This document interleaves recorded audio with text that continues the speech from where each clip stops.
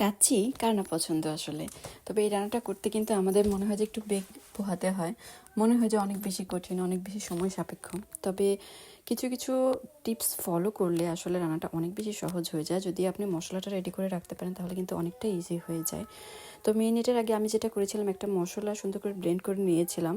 তো সব কিছু মিলিয়ে সেগুলো ব্লেন্ড করে রেখেছিলাম। পাশাপাশি আলুগুলো প্রিপেয়ার করে রেখেছিলাম। আলুগুলো মাঝখান থেকে কেটে একটু হলুদ, একটু জাফরান কালার অথবা ফুড কালার দিতে পারেন, জাফরান না সরি, একটু ফুড কালার, হলুদ আর লবণ মিশিয়ে একটু ভেজে নিয়েছিলাম, জাস্ট অল্প একটু ভেজে নিয়েছিলাম তেলে। সেই তেলটাই আবার মিক্সড করে নিয়েছি বিরিয়ানির জন্য, কারণ সেখানে আমি প্রথমে পেঁয়াজ বেরেস্তা করে নিয়েছিলাম। একই তেলের ফ্লেভারটা যোগ করলে খুব বেশি ভালো টেস্ট আসে। তো পেঁয়াজ বেরেস্তাটা করে রেখে দিয়েছিলাম। আর এদিকে আমি যে মশলাটা সেটা প্রিপেয়ার করে রেখেছিলাম। আর এদিকে মাংসগুলোকে ধুয়ে সুন্দর করে আমি ফিল্টার করে রেখেছিলাম। তারপর যেটা করলাম, দেখতে পাচ্ছেন যে মিক্সড যে মশলাটা সেটা মিশিয়ে নিলাম। সেটার মাঝে ছিল আসলে আদা, রসুন, জায়ফল, জয়ত্রী, গরম মশলা সব কিছু মিলে যে একটা ব্লেন্ড করা হয়েছে, আর বাদাম বাটা। এটা আসলে মাস্ট, কাঁচিতে দিলে এটা ফ্লেভারটা সুন্দর আসে। আর দেখতেই পাচ্ছেন বেরেস্তা করা পেঁয়াজগুলো দিয়ে দিচ্ছি। তারপর যোগ করেছিলাম আসলে মরিচের গুঁড়ো, লবণ, তারপর টক দই। সব কিছু আমাদের জানা আছে, আমি জানি, তারপরেও আমি একটু বলে দিচ্ছি আপনাদের সুবিধার্থে। আর ঘি দিয়ে একটা মিশ্রণ তৈরি করেছিলাম, ঘি, গরম দুধ আর একটু ফুড কালার অল্প একটু করে দিয়ে এখানে একটা মিশ্রণ অ্যাড করেছিলাম। তারপর দেখতেই পাচ্ছেন আমি এখানে ইয়োগার্টটা ঢেলে দিয়েছি, যেটা টক দই। তো সব কিছু মিলে একটু সুন্দর করে মেরিনেট করে নিলাম। তারপর যেটা করলাম, ওদিকে পানি বসিয়ে দিয়েছিলাম। আর এখানে মোস্ট ইম্পর্টেন্টলি এখানে শাহি জিরেটা ইউজ করলে খুব বেশি ভালো হবে। দেখতেই পাচ্ছেন পানিতে শাহি জিরে, গরম মশলা, লবণ দিয়ে পানিটা যখন বয়েল আসবে তখন আসলে ভেজা চালটা আধা ঘন্টার মতো ভিজিয়ে রেখেছিলাম। হাফ অ্যান আওয়ার ভিজানো রাখার পর যেটা হয়েছে সেটাকে ফিল্টার করে তারপর আসলে পানিতে দিয়েছিলাম।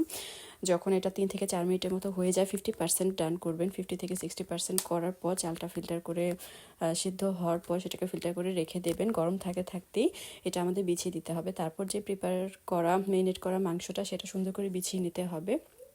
বিছিয়ে নেওয়া এমনভাবে বিছাতে হবে যেন একটা গায়ে একটা না লেগে থাকে, একটার ওপর আরেকটা। প্রথমে মাংসটা স্তর দেওয়া হবে, তারপর দেওয়া হবে আলুর লেয়ার। আলুগুলো সুন্দর করে বিছিয়ে দিতে হবে। তারপর পছন্দ মতো, তারপর যে আমাদের এক একটা লেয়ারিং আছে সেটাতে পছন্দ মতো আপনি ফ্রাইড অনিয়ন ইউজ করতে পারেন, যেটা বেরেস্তা যেটা আমরা বাসায় ইউজ করি। কেনাটাও ছিল, কেনাটা বেশি স্বাদ লাগে না, তাই আমি দিইনি, আসলে টেস্টটা বাসাটাতেই বেশি আসে। তো ফ্রাইড অনিয়ন দেওয়ার পর চালের লেয়ারটা দেওয়ার পর আবার ফ্রাইড অনিয়ন দিয়ে একটু দুধ, ঘি মিশ্রিত একটা লিকুইড করে সেটা মিশিয়ে দিচ্ছিলাম। তারপর একটু ফুড কালার ইউজ করছিলাম। তারপর কাঁচামরিচ দেওয়ার পর একটু ঘি দিয়ে লেয়ারিংটা শেষ হলে মাখিয়ে দিয়ে তারপর যেটা হয়েছিল, ফয়েল প্যাক দিয়ে আমি ঢেকে দিয়ে প্রথমে 10 মিনিট ভালো জাল দিয়ে বসিয়ে রেখেছিলাম।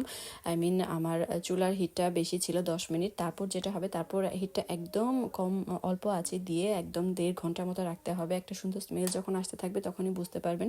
তারপর ফয়েল প্যাকটা দিলে যেটা চেক করার সুবিধা হবে, আমরা আটা ময়দা গুলে যেটা করি সেটা একটু কঠিনও হয়ে যায় এবং বারবার চেঞ্জ করা যায় না। তো ফয়েল প্যাকটা দিয়ে সুন্দরভাবে একদম ভালো করে ক্লোজ করে দিতে হবে এবং ঢাকনা যদি ফুটো থাকে সেক্ষেত্রে একটা লং দিতে পারেন, দিয়ে ঢেকে দিতে হবে যেন কোনোভাবে বাতাসটা পাস করতে না পারে।